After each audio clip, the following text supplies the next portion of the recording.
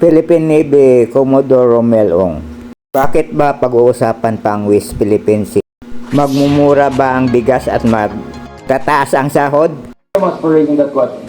Pag-frame lang ang question. Siguro it's a matter of communicating to our Filipino folks. No? Dalawang security issues ang problema sa West Philippine Sea. Energy security at food security.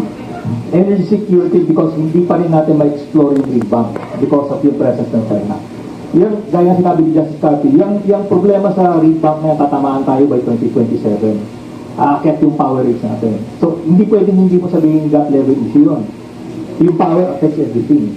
Second, food security. If you look at yung data ng NEDA and maybe sa PIDS, yung fish, natin, yung nutrients, yung protein natin, na dapat na kinukuha natin sa dagat via our official folks, in-import natin ngayon from China.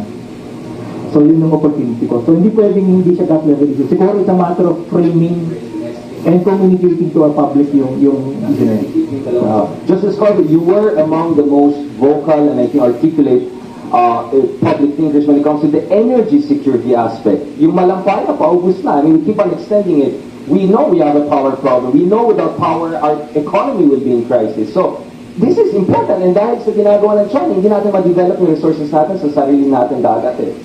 Naintindihan nyo na Tiglaw, Robin, Digong, mga DDS?